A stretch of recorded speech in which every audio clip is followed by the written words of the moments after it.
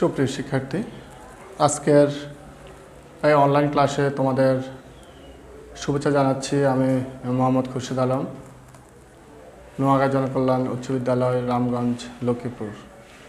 শিক্ষার্থী বন্ধুরা, আজকে আমরা নবম দশম শ্রেণীর শিক্ষার্থীদের জন্য উচ্চতর গণিত বিষয়ের দ্বাদশ অধ্যায় নিয়ে আমরা আলোচনা করব।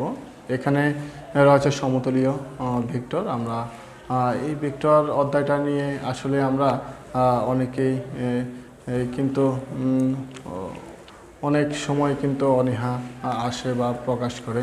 তো আমরা এই অধ্যায়টা কিন্তু তোমাদের উচ্চতর ক্লাসও কিন্তু এর ব্যবহার পদার্থবিজ্ঞান এবং উচ্চতর গণিতের আলোচনা রয়েছে ব্যাপক। তোমরা এখন থেকে যদি বেসিক ধারণাগুলো না নিয়ে যাও, তাহলে আমরা কিন্তু পরবর্তী ক্লাস এবং বর্তমানে আমাদের যে ক্লাসে আমরা রয়েছি এখানে কিন্তু ভালো করা যাবে না। তাই আমরা চেষ্টা করবো আজকের এই অনলাইন ক্লাসটা ভালোভাবে বোঝার জন্য, এবং আমি আশা করছি যদি তোমরা পর্যায়ক্রমে যে আলোচনাগুলো আসবে আমাদের, সেগুলো যদি সাথে যদি ভিডিওগুলোর সাথে কানেক্টেড থাকো এবং যদি তোমরা এইগুলোকে অনুশীলন করো, তবে আমার আত্মবিশ্বাস যে তোমরা এখানে ভালো করবে এবং এগুলো খুঁটিনাটির বিষয়গুলো আসলে ভালোভাবে জানলে কিন্তু আমাদের সৃজনশীল এবং নৈর্ব্যক্তিক অংশের জন্য আমরা বেশ ভালো একটা প্রস্তুতি নিতে পারবো।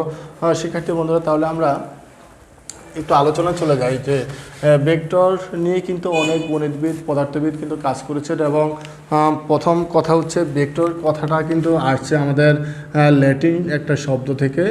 আশা করি তোমরা এই শব্দটা একটু মনে রাখবে, বিহির শব্দ থেকে। এই শব্দটাতে কিন্তু আমাদের আজকের এই ভেক্টর শব্দটা এসেছে। আর এছাড়াও আমাদের সর্বশেষ 1843 সালে কিন্তু অনেকেই কিন্তু কাজ করেছেন। সর্বশেষ 1843 সালে আইরিশ গণিতবিদ আমাদের উইলিয়াম, আমরা একটু নামটা লেখার চেষ্টা করি, উইলিয়াম রোয়ান হ্যামিল্টন।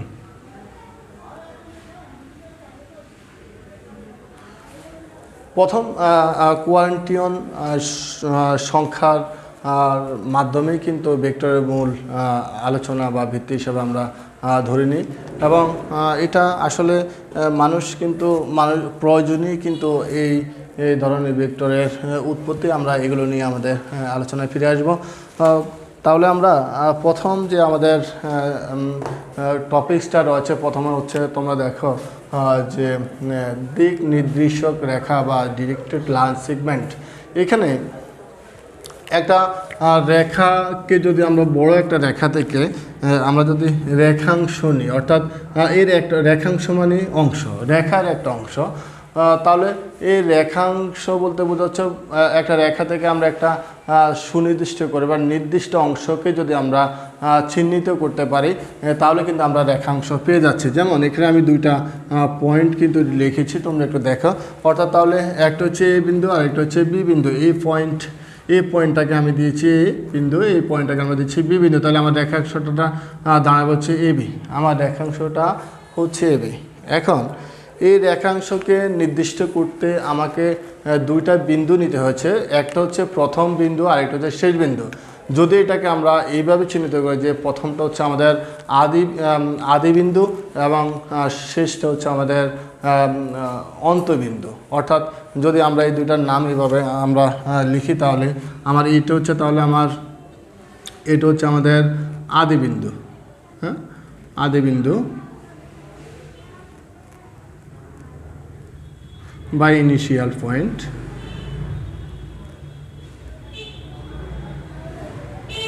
এবং বিটা হচ্ছে আমাদের এন্ডিং পয়েন্ট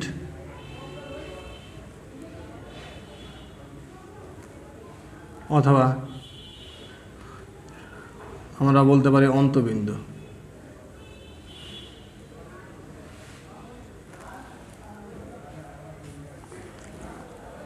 তাহলে আমরা এই দুটা বিন্দুকে যখন, অর্থাৎ একটা রেখাংশকে যদি আমাকে নির্দিষ্ট করতে হয়, দুটা বিন্দু কিন্তু আমাকে লাগছে। এই দুটা বিন্দুর প্রথমটা হচ্ছে আমার ইনিশিয়াল বা আদিবিন্দু এবং সর্বশ্রেষ্ঠ হচ্ছে আমাদের ইউনিক পয়েন্ট অথবা আমরা যেটাকে অন্তর্বিন্দু বলে জানবো।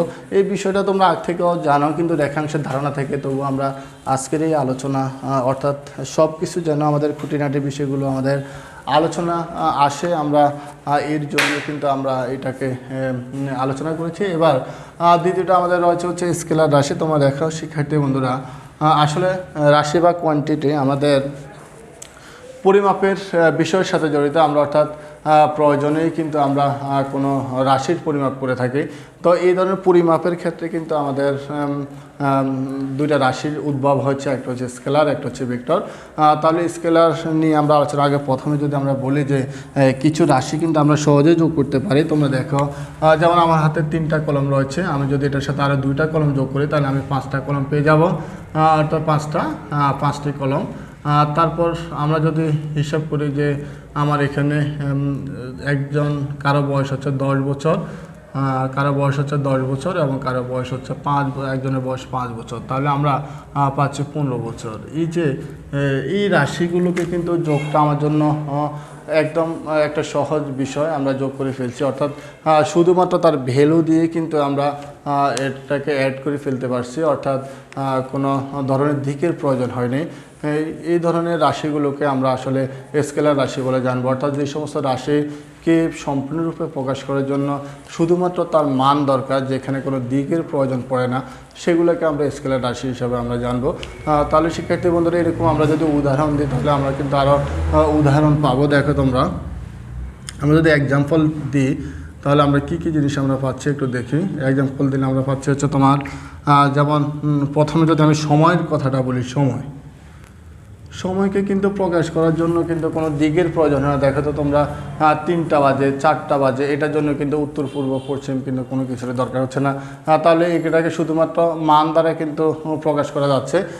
তারপর রয়েছে আমাদের, যদি আমরা বলি ভর, দেখো তো ভর প্রকাশ করার জন্য কিন্তু আমাদের কোনো ধরনের কিন্তু আমাদের কিন্তু দিকের প্রয়োজন লাগতেছে না। তারপর রয়েছে আমাদের তাপমাত্রা। আমরা যদি তাপমাত্রার কথা বলি তাহলে আমাদের সেটার জন্য কিন্তু আমাদের, তারপর হচ্ছে ধ্রুতি বলছি আমি। তাহলে আমরা এই বিষয়গুলোকে প্রকাশ করার জন্য কিন্তু আমাদের কোনো ধরনের দিক প্রয়োজন হয় না। তাই আমরা বলবো যে সমস্ত রাশিকে প্রকাশ করার জন্য শুধুমাত্র তার মানটাই যথেষ্ট, আর অন্য কোনো ধরনের রেফারেন্স আমাদের লাগে না বা কোনো দিকের প্রয়োজন হয় না, সেগুলোকে আমরা স্কেলার রাশি বলে জানবো।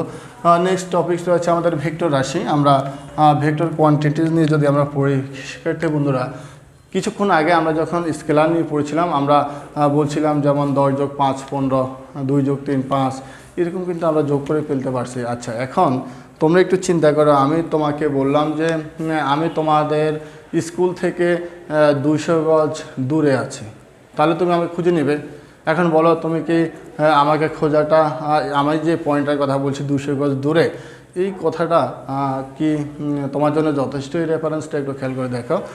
তুমি বলবে হয়তোবা 200 গজ হলো তো আমাকে পাওয়ার কথা, কিন্তু তুমি কি চিন্তা করে দেখেছো যে এই যদি তোমাদের স্কুলটা হয়, এখানে আমি 200 গজ এইদিকে থাকতে পারি, এখানে থাকতে পারি, এদিকে থাকতে পারি, এদিকে থাকতে পারি, তাহলে আমার অবস্থান কিন্তু 200 গজ দূরে, কিন্তু আমি তোমাকে বলি নাই আমি কি উত্তরে না পূর্বে না পশ্চিম নাকি দক্ষিণে আছি।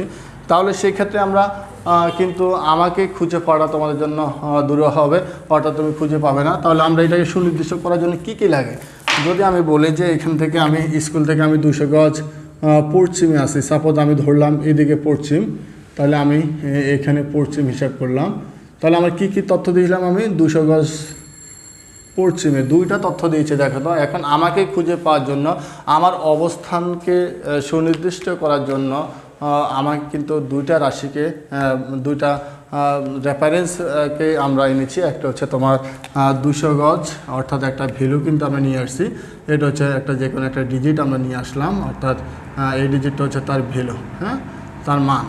আচ্ছা, আরেকটা হচ্ছে আমরা, এটা হচ্ছে তার দিক। শিক্ষার্থী বন্ধুরা, আমরা যে একটা তাহলে অবস্থানকে সুনির্দিষ্ট করার জন্য কিন্তু আমাদের অলরেডি দুইটা তথ্য আমরা এখানে দিচ্ছি, একটা হচ্ছে মান, একটা হচ্ছে দিক। কিছুক্ষণ আগে যখন আমরা সময়ের কথা বলেছি, দ্রুতির কথা বলেছি, তাপমাত্রার কথা বলেছি, আমাদের কিন্তু এরকম দুইটা কিন্তু তথ্য দেওয়া লাগে না, আমাদের শুধুমাত্র একটা তথ্য দিয়ে কিন্তু আমরা তাকে প্রকাশ করতে পারছি। এখন যদি আমরা এরকম কোনো রাশি থাকে যাকে প্রকাশ করার জন্য তোমার দুইটা জিনিস লাগবে, একটা হচ্ছে তার মান আর একটা হচ্ছে তার দিক, সেই সমস্ত রাশিকে তাহলে আমরা বলবো হচ্ছে ভেক্টর রাশি বা ভেক্টর কোয়ান্টিটি। আমরা তাহলে বলি যে সমস্ত রাশিকে পরিমাপ করার জন্য আমাদের মান এবং দিক দুইটারই প্রয়োজন পড়ে সেগুলো হচ্ছে ভেক্টর রাশি। তাহলে আমরা একটু দেখি ভেক্টর রাশিগুলো কীরকম হয়।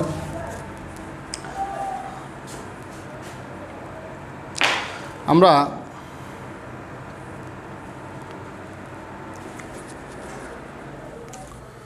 যদি হিসাব করি ব্যাগ,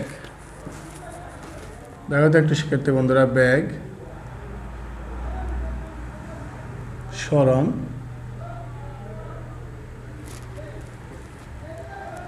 বল,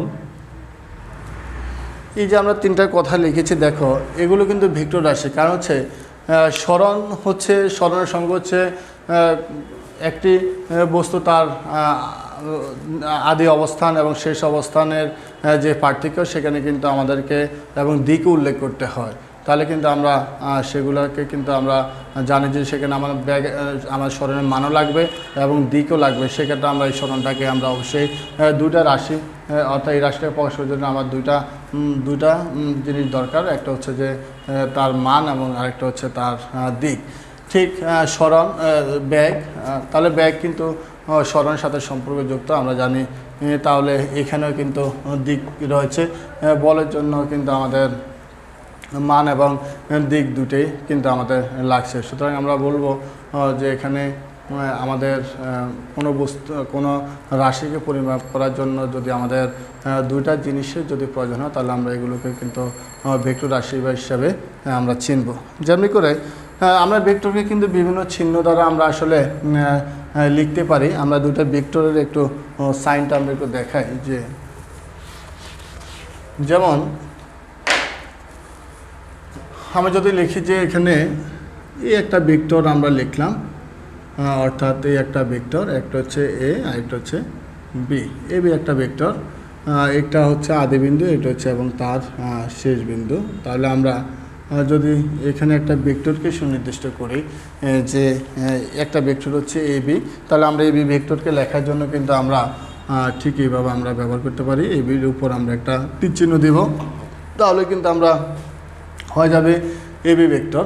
আমরা এই এবি ভেক্টর তাহলে দুটো জিনিস আছে, একটা হচ্ছে তার মান এবি ভেক্টর, আরেকটা হচ্ছে এবি ভেক্টরের দিক। আমরা এবি ভেক্টরের মানটাকে লেখার জন্য আমরা এইভাবে লিখব মডুলাস অফ এবি। অর্থাৎ যখন আমরা এখানে মডুলাস বা পরম মান চিহ্ন দেব তখন কিন্তু ভেক্টরের মানটাকে বোঝাবে, কিন্তু তখন সেটাই কিন্তু আর ভেক্টর হিসাবে আমরা সেটাকে দেখব না। এবি পরম মান অফ এবি ভেক্টর বলতে বোঝা এবি এর মানটাকে কিন্তু বোঝাচ্ছে, সেক্ষেত্রে এটা তখন আর ভেক্টর না, সেটাকে আমরা এবি একটা মান হিসাবে আমরা জানছি এবং সেটা কিন্তু স্কেলার রাশির মতো হয়ে যায়, অর্থাৎ তার মান। আরেকটা হচ্ছে আমাদের এই এবি ভেক্টরকে তাহলে আমাদের দুইটা বিষয়, একটা হচ্ছে এটা হচ্ছে এবি ভেক্টর এবং তার উপর আমরা একটা ডিরেকশন দিচ্ছি, ডিরেকশন হচ্ছে এ থেকে বি এর দিকে, এ থেকে বি এর দিকে। আবার হচ্ছে আমরা যদি এবি ভেক্টর মানটাকে প্রয়োজন হয় তাহলে আমরা লিখব হচ্ছে মডুলাস অফ এবি ইকুয়াল হচ্ছে এবি। এই এবি বলতে বোঝাচ্ছে হচ্ছে এবি ভেক্টরের মান, যেখানে আমাদের ভেক্টর চিহ্ন দরকার হয় না, কারণ আমরা এবি বলতে এখানে এবির মানটাকে কিন্তু আমরা নির্ধারিত করছি। এরপর আমাদের যদি আমরা আরেকটা বিষয় যদি ভেক্টর নিয়ে আরেকটু আলোচনা করি তাহলে আমরা কিন্তু ভেক্টরের কিছু বৈশিষ্ট্য দেখতে পাবো। যেমন যদি আমরা ভেক্টরটাকে আরেকটু ক্লিয়ারলি ধারণা দিই, আচ্ছা ধরো আমরা এখান থেকে আমি এই অবস্থানে আছি, এই অবস্থানে এই পয়েন্ট থেকে আমি বললাম যে বি অবস্থানের দূরত্ব হচ্ছে তোমার এ থেকে বি একটা ভেক্টর এবং যার মান হচ্ছে ধরো হচ্ছে 5 মিটার, হ্যাঁ 5 মিটার। আচ্ছা, এবার যদি আমি বলি যে এর পরবর্তীতে আমি আরও 3 মিটার আমি দূরে গেলাম, হ্যাঁ এই বি পয়েন্ট থেকে আমি আরও 3 মিটার দূরে যাব, তাহলে আমরা একটু দেখি যে আমি 3 মিটার দূরে যাব, এদিকে যেতে পারি, এদিকে যেতে পারি, এদিকে যেতে পারি, আমি ঠিক একেভাবে পিছন দিকে কিন্তু ফিরে আসতে পারি। 3 মিটার, এটা হচ্ছে 5 মিটার, আগে ছিল আমাদের 5 মিটার। এখন শিক্ষার্থী বন্ধুরা একটু খেয়াল করো, এটা ছিল 5 মিটার, প্রথমে আমি এ থেকে বি। এখন আমি যদি এখান থেকে আবার 3 মিটার আসলে আমি 3 মিটার আবার আমি গেলাম, তাহলে এখন 3 মিটার আসলে যদি হয় তাহলে আমরা 3 মিটারটা দেখো, এখন যদি আমি বলি তাহলে আমার টোটাল কত দূরত্ব অতিক্রম আমরা করেছি বা কতটা দূরত্ব আমরা আমাদের টোটাল অতিক্রান্ত দূরত্বটা কত। তাহলে এখন দেখো এ থেকে বি, সি পয়েন্ট এখানে হতে পারে, সি এখানে হতে পারে, সি এখানে হতে পারে, সি কিন্তু এখানে হতে পারে। তাহলে এখন আমার কথা হচ্ছে যে তাহলে আমরা যদি 5 যোগ 3 দিই তাহলে আমার দূরত্ব হয় 8 মিটার। কিন্তু শিক্ষার্থী বন্ধুরা আমি যখন এখানে 5, এটা হচ্ছে 3 মিটার, এটা 3 মিটার, এটা 3 মিটার, কিন্তু এটা 3 মিটার। এখন যদি আমি একই দিকে যাই, অর্থাৎ যদি দেখো তো দিক এ থেকে বি এবং বি থেকে সি হয়, তাহলে কিন্তু আমার দূরত্ব অতিক্রান্ত হবে হচ্ছে 8 মিটার। কিন্তু যদি আমি বি থেকে আবার পিছন দিকে আসি তাহলে কিন্তু আমার দূরত্ব হয়ে যায় হচ্ছে 5 বিয়োগ 3, 5 বিয়োগ 3 সমান হচ্ছে 2 মিটার। তাহলে এখন আমরা বলতে পারছি না আসলে এটা যোগফল কত হবে যতক্ষণ পর্যন্ত আমি এর দিককে সুনির্দিষ্ট করতে না পারি। তাহলে এই ধরনের রাশিগুলো যখন প্রকাশ করা যায় না আসলে দিক ব্যতীত, তখনই এখানে কিন্তু আমরা একটা ভেক্টর রাশির সাহায্যে কিন্তু এই সমস্ত সমস্যাকে আমরা সমাধান করতে পারবো। আশা করি তোমরা ভেক্টর রাশিগুলো বুঝতে পেরেছ।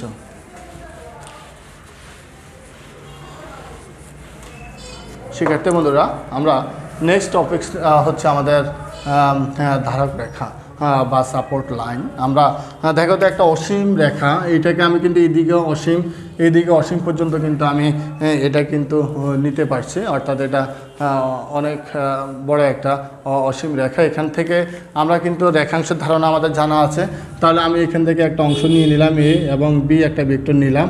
তাহলে আমরা এ বি ভেক্টরটা কিন্তু যদি অসীম রেখাটা আমরা পি কিউ দিই, একটু খেয়াল করে দেখো, আমরা পি কিউকে আরেকটা কলম দ্বারা আমরা চিহ্নিত করি। পি কিউ একটা অসীম রেখা পি কিউ।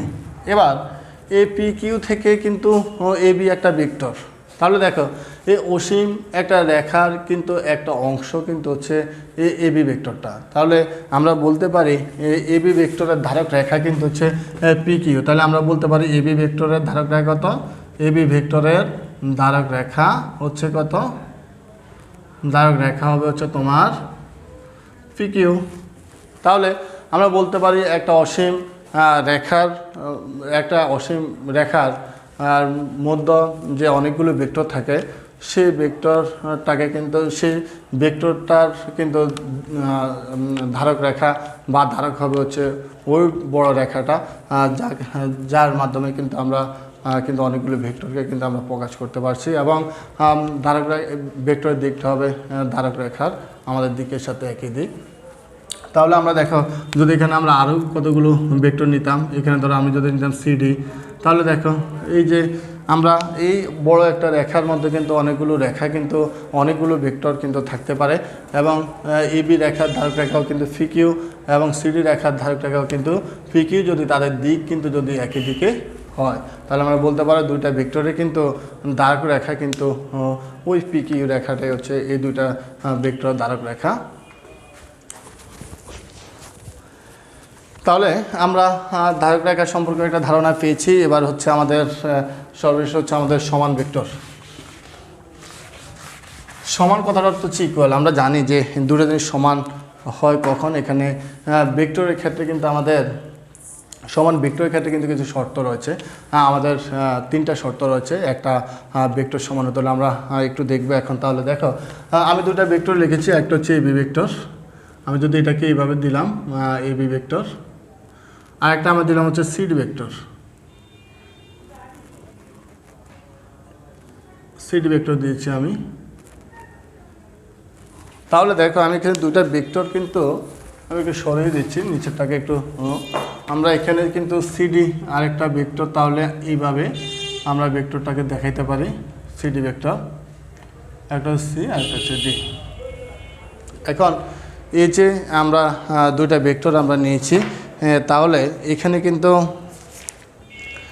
কিন্তু আমাদের যে দুইটা ভেক্টরের বিষয় রয়েছে জড়িত, আমরা দেখি যে এখানে এবি ভেক্টর এবং সিডি ভেক্টর আমরা সমান হবে কখন। আচ্ছা, আমরা এটাকে প্রকাশ করলাম হচ্ছে একটা ইউ ভেক্টর দিলাম আমরা, আরেকটা দিলাম হচ্ছে আমরা বি ভেক্টর।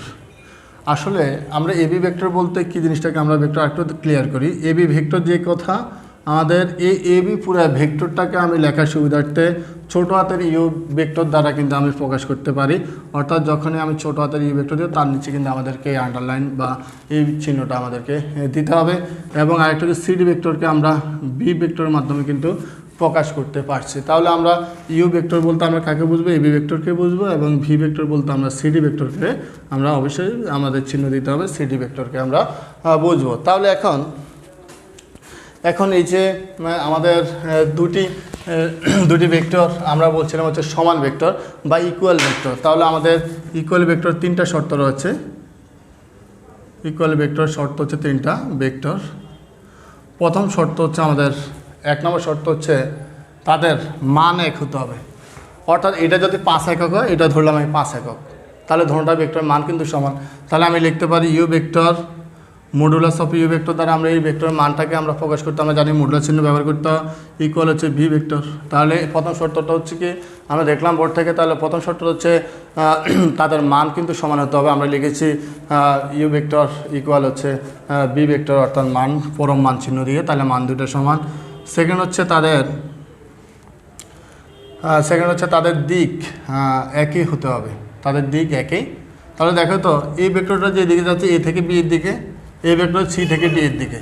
তাহলে আমরা লিখতে পারি এবি ভেক্টর বলতে এখানে ভেক্টরটা হচ্ছে কি, এখানে ভেক্টরটা হচ্ছে এবি ভেক্টর, তাহলে দিক কোন দিকে? এ থেকে বি এর দিকে। আরেকটা হচ্ছে আমাদের সিডি ভেক্টর, এখানে ভেক্টর দিক হচ্ছে সি থেকে ডি এর দিকে।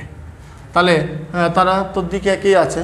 আর যদি এটাকে আমরা আর একটু ব্যাখ্যা করি, তাহলে দেখো এই ভেক্টরটা এক্স অক্ষের ধনাত্মক দিকের সাথে থিটা কোণ উৎপন্ন করে, এটাও ঠিক এক্স অক্ষের সাথে কি করবে? এক্স অক্ষের সাপেক্ষে আমাদের থিটা কোণ উৎপন্ন করে।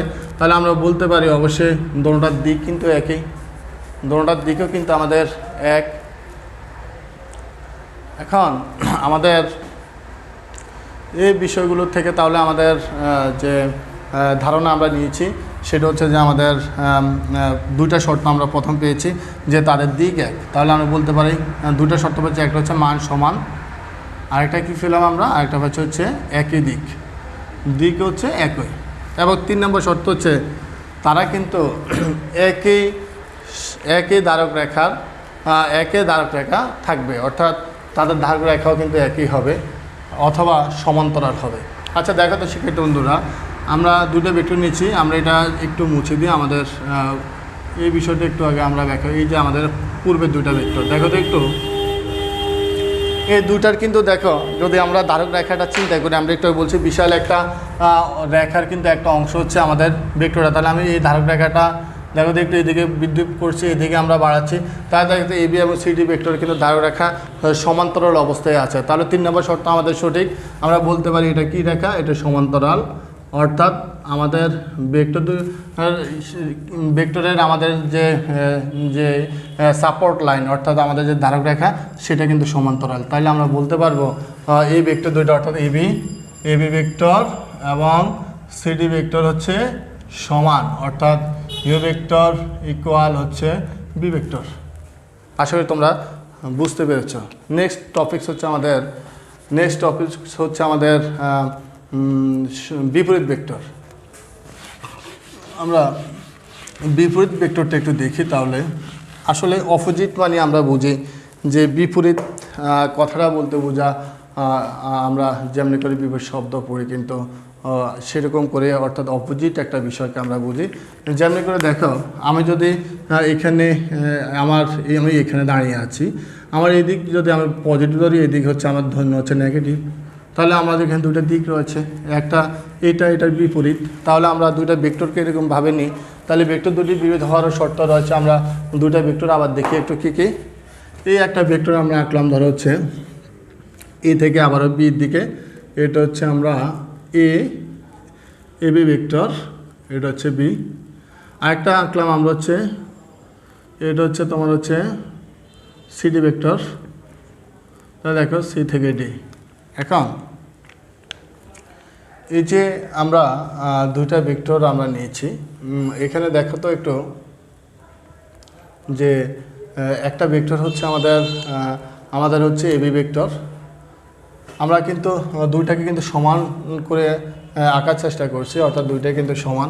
তাহলে এখানে তিনটা শর্ত আমাদের হবে। একটা হচ্ছে আমাদের এবি ভেক্টর, একটা হচ্ছে আমাদের এবি ভেক্টর, আরেকটা হচ্ছে আমাদের সিডি ভেক্টর। তাহলে আমরা এক্ষেত্রে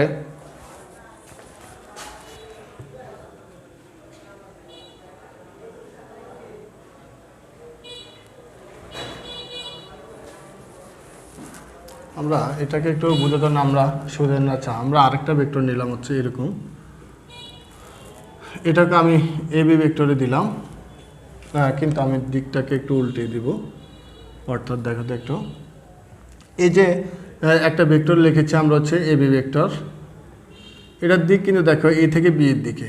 আরেকটা ভেক্টর লিখেছি হচ্ছে আমরা, এটাকে যদি আমরা লিখে হচ্ছে বি এ ভেক্টর, দেখো তো এর মাঝে আর এর মাঝে পার্থক্যটা কি? শুধুমাত্র দিকের পার্থক্য। দেখো তো একটু, তাহলে প্রথমে এ বি ভেক্টর বলতে এ থেকে বি এর দিকে বোঝা, আবার বি এ ভেক্টর বলতে বোঝা বি থেকে এর দিকে। তাহলে আমরা এ বি ভেক্টর অপোজিট হচ্ছে বি এ ভেক্টর। কারণ কি? কারণ তাদের দিক আলাদা, অর্থাৎ বিপরীত দিকে, কিন্তু তাদের মান সমান, তাহলে এখন আমরা বলতে পারি, আচ্ছা এটাকে যদি আমরা আবারও আগের মতো ইউ ভেক্টর দ্বারা চিহ্নিত করি, এটাকে যদি আমরা ভি ভেক্টর দ্বারা চিহ্নিত করি, তাহলে আমরা আবারও লিখতে পারি এদের যে মান রয়েছে ইউ ভেক্টর আর কার ভেক্টর ইউ ভেক্টর এবং V vector modulus of U modulus of B সমান হতে হবে তাদের, অর্থাৎ তাদের ভেক্টরের যে মান রয়েছে সে মানটা কিন্তু এক হবে। এবং তাদের যে আরেকটা হচ্ছে তাদের দিক, তাহলে তাদের দিক বিপরীত হবে। তাহলে তাদের দিক বিপরীত বলতে আমরা কি বুঝবো? আমরা একটা হচ্ছে তোমার দেখো, একটা হচ্ছে এ বি ভেক্টর এ থেকে বি এর দিকে, আরেকটা হচ্ছে আমাদের বি এ ভেক্টর। অথবা এটাকে যদি আমরা বিপরীত বলতে আমরা এইভাবেও লিখতে পারি, কিন্তু বি এ ভেক্টর যে কথা মাইনাস এ বি ভেক্টর কিন্তু একই কথা। একটু খেয়াল করে দেখো, কারণ এ বি হচ্ছে আমার এদিকে এ থেকে বি এর দিকে, আর মাইনাস এ বি বলতে কী বোঝা? মাইনাস এ বি বলতে বোঝা তার বিপরীত দিক। তাহলে আমরা বলতে পারি এ বি যদি হয় একটা ভেক্টর, তার বিপরীত ভেক্টরটাকে আমরা বি এ ভেক্টর দ্বারা আমরা চিহ্নিত করতে পারি, অথবা মাইনাস এ বি ভেক্টর দ্বারাও চিহ্নিত করতে পারি। তাহলে আমরা যেটাই লিখি এ বি ভেক্টর অথবা এ বি ভেক্টরের বিপরীত ভেক্টর হচ্ছে আমাদের কি বি এ ভেক্টর অথবা মাইনাস এ বি ভেক্টর। তাহলে সেক্ষেত্রে আমরা দুটো শর্ত পেয়েছি, একটা হচ্ছে তাহলে একটা বিপরীত, আরেকটা হচ্ছে তাদের দিক বিপরীত হবে, এবং আরেকটা হচ্ছে তারা সমান্তরাল থাকবে, অর্থাৎ তাদের ভেক্টর দুটি সমান্তরাল থাকবে। তাহলে দেখো আমাদের ভেক্টর দুটি কিন্তু সমান্তরালে রয়েছে। তাহলে আমরা বলতে পারি এখানে এ বি ভেক্টরের বিপরীত ভেক্টর হচ্ছে মাইনাস এ বি ভেক্টর অথবা বি এ ভেক্টর। সেক্ষেত্রে বন্ধুরা আমরা এবার চলে যাই যে আমাদের আরেকটা রয়েছে হচ্ছে তোমার শূন্য ভেক্টর। এখানে নাল ভেক্টর বা শূন্য ভেক্টর বলতে বোঝা, দেখো তো একটু এই একটা পয়েন্টকে যদি আমি নির্ধারণ করি, দেখো তো এই একটা ভেক্টর লিখলাম আমি, এই একটা ভেক্টর আমি দিলাম এটাকে এই ভেক্টর। এখন এই ভেক্টরটা দেখো, আমরা জানি একটা ভেক্টর কিন্তু আদি বিন্দু থাকে এবং শেষ বিন্দু থাকে। তাহলে এই ভেক্টরের আদি বিন্দু এবং শেষ বিন্দু কিন্তু একে। দেখো এই ভেক্টরটা কিন্তু একই জায়গা, অর্থাৎ একটা বিন্দু, তার আদি বিন্দু যেখানে শেষ বিন্দু সেখানে। তাহলে আমরা আদি বিন্দু এই ভেক্টর, আবার শেষ অর্থাৎ অন্তবিন্দু বা এন্ডিং পয়েন্টও এই ভেক্টর। এরকম ভেক্টরের ক্ষেত্রে আমরা বলি এটা হচ্ছে শূন্য ভেক্টর বা হচ্ছে নাল ভেক্টর। আবার দেখো তো একটু শূন্য ভেক্টর নাল ভেক্টর কেন হয়? যেমন ধরো আমি এ থেকে বি একটা বি একটা আমরা একটা ভেক্টর নিলাম এ থেকে বি, তাহলে এখানে এ বি ভেক্টর তাহলে আবার যদি আমরা এটার সাথে ঠিক আমরা এটার opposite minus A B vector যোগ করি, তাহলে দেখো কি হবে? তাহলে আমাদের কিন্তু দুইটার সমষ্টি কিন্তু দাঁড়াবে হচ্ছে শূন্য ভেক্টর। কারণ দুটোটার মান সমান, তাহলে আমরা যদি বলি যে এ বি ভেক্টর এবং মাইনাস এ বি ভেক্টর মান যদি কি হয়, দুইটাই যদি আমাদের অপোজিট ভেক্টর হয়, তাহলে আমরা তাকে যোগ করলে কাকে পাবো? শূন্য ভেক্টরকে কিন্তু আমরা পেয়ে যাব। অর্থাৎ সহজ কথা হচ্ছে যে ভেক্টরের আদি বিন্দু এবং শেষ বিন্দু একই জায়গা, অর্থাৎ আদি বিন্দু এবং শেষ বিন্দু বলতে একটা পয়েন্টে থাকে, যেখানে শেষ বিন্দু আর আদি বিন্দু একটা পয়েন্টকে নির্দেশিত করে, আমরা সেটাকে কিন্তু বলবো হচ্ছে শূন্য ভেক্টর। এবার হচ্ছে আমাদের একক ভেক্টর। শিক্ষার্থীর মধ্যে ইউনিট ভেক্টর বা একক ভেক্টর বলতে আমরা আসলে যে ভেক্টর রাশির মান হচ্ছে 1, আমরা সেটাকে একক ভেক্টর বলে জানবো। যেমন করে দেখো তো একটু, আমার কাছে সমান কতগুলো কলম রয়েছে, আমি যদি এখানে বলি এই একটা কলম, এই একটা কলম, এরকম করে আমি 4টা কলম করে যোগ করি, তা দেখো সবগুলো, এটা যদি প্রথম দৈর্ঘ্যটা হয়, দৈর্ঘ্য যদি এই একটা ভেক্টর আমরা নিলাম, তাহলে এটা যদি আমরা এটা ডাবল একটা ভেক্টর আঁকি, অর্থাৎ এটার দ্বিগুণ, তাহলে আমরা কিন্তু এটার ডাবল একটা, যদি এটার দ্বিগুণ একটা ভেক্টর আঁকি তাহলে কিন্তু এরকম। তাহলে দেখো এইটার কিন্তু 4টা ভেক্টর কিন্তু এখানে রয়েছে, 1 2 3 4। এই যে 4টার একক ভেক্টর, এইটাকে কিন্তু তুলনা করে এটাকে কিন্তু আমরা স্ট্যান্ডার্ড ধরে কিন্তু 1টা 2টা 3টে এবং 4টা কিন্তু আমরা ভেক্টর রেখেছি। তাহলে একক ভেক্টর কোনটা? এবার হচ্ছে এটা যে মান সেটা। অর্থাৎ যদি আমাদের একটা একক ভেক্টর এরকম হয় যে এ বি একটা ভেক্টর, আমাদের একক ভেক্টরের মান হচ্ছে আমি ধরলাম হচ্ছে, ধর হচ্ছে, অর্থাৎ একক ভেক্টরের আমাদের চিহ্ন রয়েছে, আমরা একক ভেক্টরের সাইনগুলো একটু দেখি যে এটা হচ্ছে, ধর হচ্ছে একক ভেক্টর। এবার একটা ক্যাপ চিহ্ন দিব আমরা একক ভেক্টর বোঝানোর জন্য, এখানে আমরা হ্যাট বা ক্যাপ চিহ্ন দিব। এবং দেখো তো আমরা একক ভেক্টরটা আমরা কীভাবে পাই। আচ্ছা সেক্ষেত্রে ধরো আমার একটা ভেক্টর হচ্ছে তোমার, ধরো আমি এই ভেক্টরটাকে নিয়েছি হচ্ছে, আমার এটার মান ধর হচ্ছে 5 একক, আমি সাপোজ ধরলাম। তাহলে আমার যদি এটার একক ভেক্টর বের করতে, দেখো তো একটু 5কে যদি আমি 5 দ্বারা ভাগ দিই তাহলে কত পাই? 1 পাই। 10কে 10 দ্বারা ভাগ দিলে আমি কত পাই? 10 পাই। তাহলে এইটা হচ্ছে এই ভেক্টরের মান হচ্ছে এটা। যদি আমাকে এইটার একটা কী ধরলাম আমরা, এটা একক ভেক্টর ধরলাম হচ্ছে এ ভেক্টর বা একক ভেক্টর, তাহলে আমরা এই ক্ষেত্রে দেখো কী করব, আমরা এই ভেক্টরকে যদি আমরা এই ভেক্টরের মান দ্বারা ভাগ করি, তাহলে কিন্তু আমরা কিন্তু এই ভেক্টরটার কিন্তু আমরা কিন্তু কী পেয়ে যাচ্ছি, আমরা এই ভেক্টরের কিন্তু একটা মান পেয়ে যাচ্ছি। তাহলে একক ভেক্টর বলতে বোঝা হচ্ছে, একক ভেক্টর বলতে আমরা যে বিষয়টাকে বুঝবো সেটা হচ্ছে যে ভেক্টর রাশির মান 1 একক, হ্যাঁ 1 বা 1, আমরা সেটাকে কিন্তু আমরা একক ভেক্টর বলে জানি। আসলে আমরা ভেক্টরের কিন্তু কনভার্ট করা দরকার অনেক ক্ষেত্রে, সেই ক্ষেত্রে কিন্তু আমাদের এই একক ভেক্টরের কিন্তু প্রয়োজন পড়ে। তাহলে একক ভেক্টর আমরা কাকে বুঝবো? এই যদি একটা ভেক্টর হয়, এটা ডাবল একটা ভেক্টর, এটা ডাবল একটা ভেক্টর এরকম, তাহলে আমাদের প্রথম ভেক্টরটাকে সাদৃশ্য রেখে কিন্তু তুলনা করে কিন্তু আমরা এতগুলো ভেক্টরে কিন্তু আমরা নিচ্ছি। তাহলে আমরা ভেক্টর বলতে যেমন একক ভেক্টর বলতে, তাহলে আমরা এক একক যে ভেক্টরের মান আমরা সেই রাশিটাকে বলবো হচ্ছে একক ভেক্টর। সেক্ষেত্রে বন্ধুরা আজকে আমাদের এই ক্লাসটা এখানে আমরা শেষ করব, কারণ আমাদের আরও 2টা টপিকস রয়ে গেছে এবং ভিডিওটা অনেক লম্বা হয়ে যাবে। আমরা আশা করছি আমরা নেক্সট ক্লাসে আবার এখান থেকে আমরা এই 2টা আমাদের যে আলোচ্য বিষয় রয়ে গেছে, আমাদের এই 2টা বিষয় আমরা আগামী ক্লাসে নিয়ে আসবো। তোমরা সেই পর্যন্ত ভালো থাকবে এবং আমাদের এই বিষয়গুলো নিয়ে তোমরা বাড়িতে ভালো করে অনুশীলন করবে, এই আশা রেখে কিন্তু আমরা আগামী ক্লাসের জন্য প্রস্তুতি নিব এবং সেই প্রত্যাশা আজকে এখানে শেষ করছি। সবাই ভালো থাকবে। খোদা হাফেজ।